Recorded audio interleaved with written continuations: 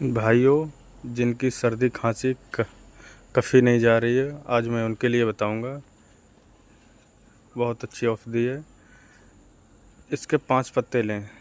इसके 5 पत्ते लेकर 1 गिलास पानी में कूट कर डाल लें और उसमें 1 चम्मच हल्दी, एक छोटा सा टुकड़ा अदरक का डालें और उबाल लें थोड़ा सा। उबालने के बाद उसमें 1 चम्मच शहद मिलाएं। शहद मिलाकर पी लें सुबह शाम। मैं वादा करता हूँ, सर्दी खांसी 200 दिन 3 दिन में चली जाएगी। और जिनके लिए सांस है उनके लिए भी सांस जाए सही हो जाएगी। फ़िलहाल टाइम लग जाएगा उसमें। ये अमरूद का पेड़ है,